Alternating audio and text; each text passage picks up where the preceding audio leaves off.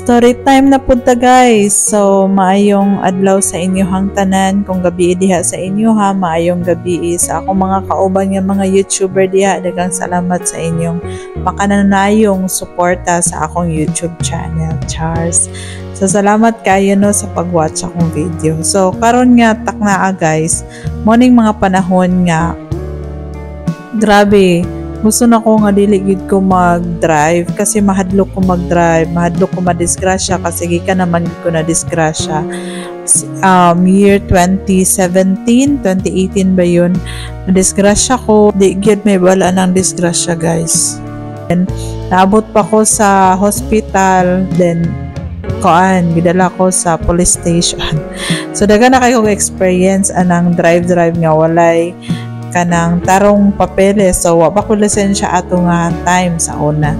So kaya dili ko gusto mag-drive. So kani akong husband gusto jud siya nga mag-drive ko, siguro kay gikapoy siya kay syempre sige gyud siya drive sa moang duha siya ang kasagaran ga drive og motor. So sige jud ingon ani nga hunong ko ikaw lang mag-drive kasi kana lagi click ang dalon tapos dili pa kayo ko kabisado kaayo sa dalan, pero confident raman gud ko nga mag-drive ani nga time, pero naragid ko feeling nga murag mahadlok ko ba kay syempre di ka na kanang disgrasya sa una tapos dili na ka gusto. Then kani nga time gani akong husband ganahan jud kay ni siya nga ako ang mag-drive kay naaday siya sa likod kasi giday siya og video sa ako o joke kabalo ng video siya, pero ganina sa first video napansin ako siya nga sige siya kanang ginatutok niya ang cellphone sa ko. Anyway, focus ko kaayo ani nga mga panahon. By the way guys, dugay ko wala naka-post dire sa akong YouTube channel kasi busy ko, like kanang ang ako pag yung ATM ani kay wala na siya nakakonect sa akong YouTube channel. So muna po ni akong i-workout next time nga aron makonect na po siya. Dili ko kabalo kung paunsa. Kung na may mga Bisaya diri nga YouTuber, pwede ko ninyo tabangan paunsa i-connect ang bagong ATM sa kaning YouTube nako. So balik to sa story no, na-busy ko, that's why wala jud ko ka vlog kaayo. And then dili lang kay na-busy, nawadan kong cellphone sa town. So gikuha ang cellphone, gikawat. So ayun, lisod kaayo siya. Anyway, daghan jud mga kawatan sa lugar nga wala na to nailhan. Ang mga tao baklay lang, dili ta sure kung unsa ilang pagabuhaton, pero mga bri na day og bag. So I think mo gyud na siya ang dapat natong bantayan sa atong mga bags kung ato ta sa mataong lugar. So kani dili ko gusto mo drive ani kasi lantawa ba naglisod ko ana og kuan mo diretso ba ko dili musta mo kanang gusto ko mo stop, pero ang akong husband gusto jud niya nga mo diretso ko kasi among sabot abi na kung dito lang di ay sa kuan rough road o highway di ay highway man day taman pasubida pa ni siya guys. And kabalo mo kanang feeling nga ga-drive ka tapos naakay kauban sa likod nga perfectionist kayo.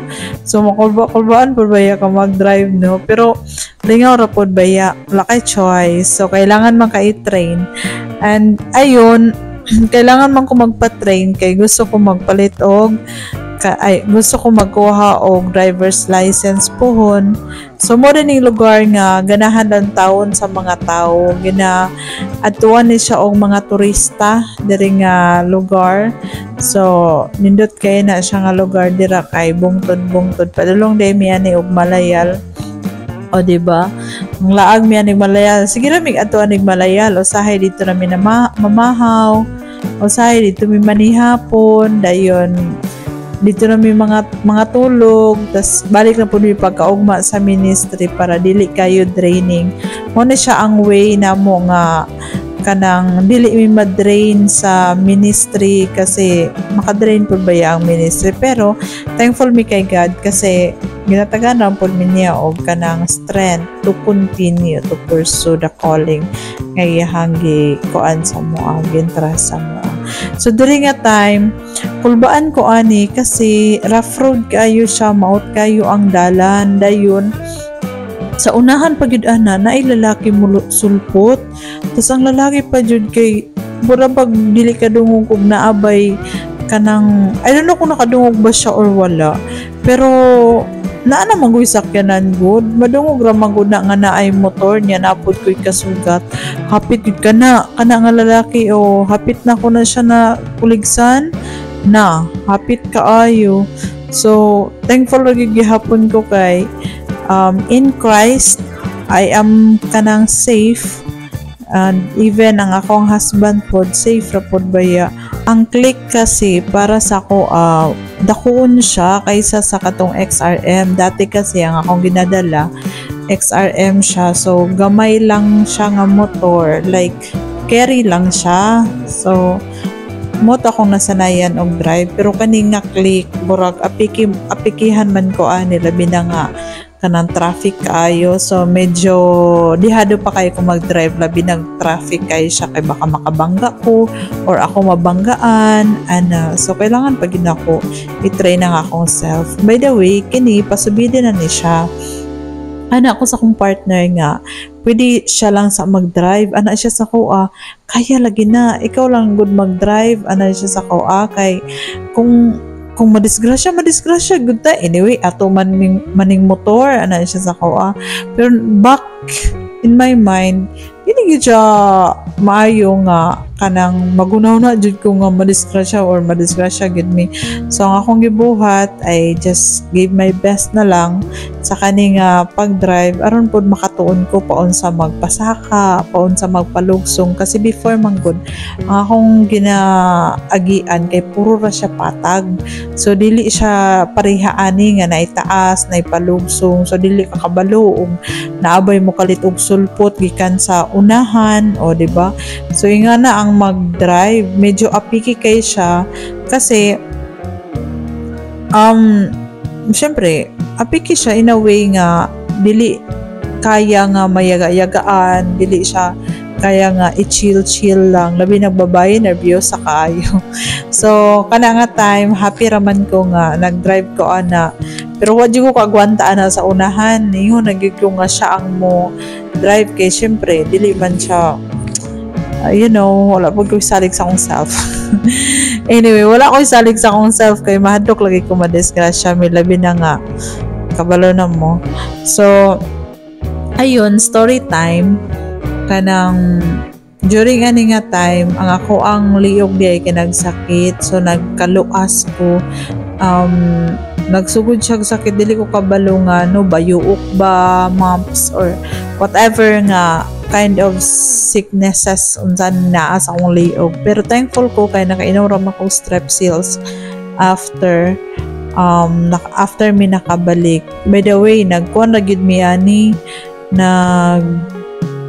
iguro mi nagbisita sa mami ni Pastor Brandon, then nagbalik ra pod mi dayon.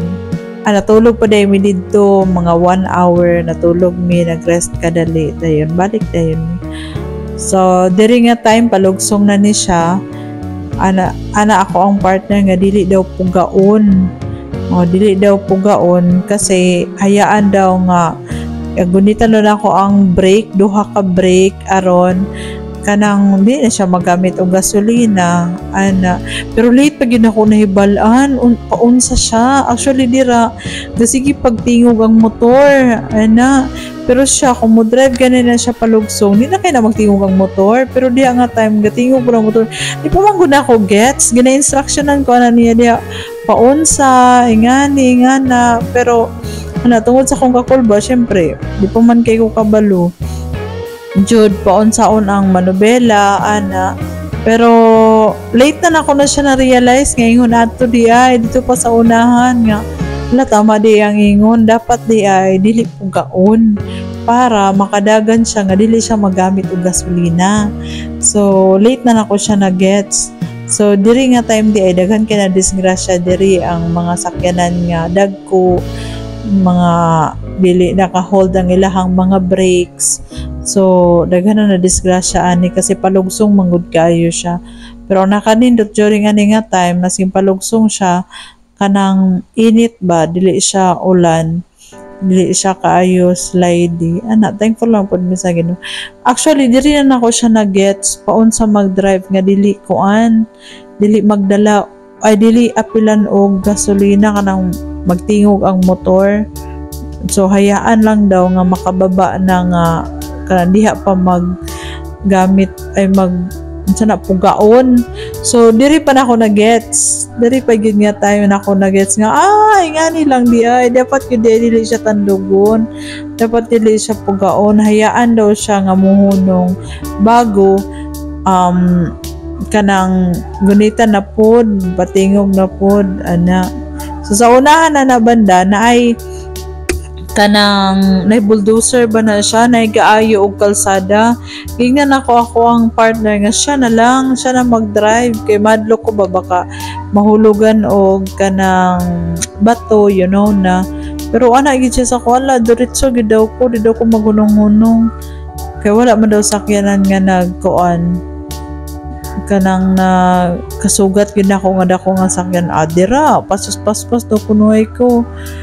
Feeling kabalo kayo ba siya, sige puga gyud pa siya sa kawana. Kabalo lagi si Maureen na grabing pagpaningkamot. Daghan kasi kayo og kwan kanang taas nga agianan kanang makilid kaayo, daghan kasi dira mo nang dili kayo ko tantong sanay gyud ana. Pero niabot ang time sa unahan nag-give up gid ko, niingon jud ko nga dili ko stop na ko kay kanang dili na ko makontrol ba baka naay mga dagkong mga sakyanan ako maatubang which is inevitable magid siya di magid siya malikayan. Pero kana lang kailangan lang gid mi maging careful maski pag maingon ta nga we are Christians, we are believing in God, but if we are not aware also of our actions, there's the possibility nga kanang wala jud madala kita sa tong emotions and actions mo na magdala sa tuwa sa kalautan. So wala jud ako nagituloy padulong sa Malayal kay wala lang na feel lang na ako nga kailangan jud ako undangon ihawin na pud akong kamot lisod man di lalim. Diri nga time gusto po kaya yung partner nga ipadiretso pero naghunong na ko di na ako kaya. Maura gid na ako ang ma-share sa inyo. Bye bye.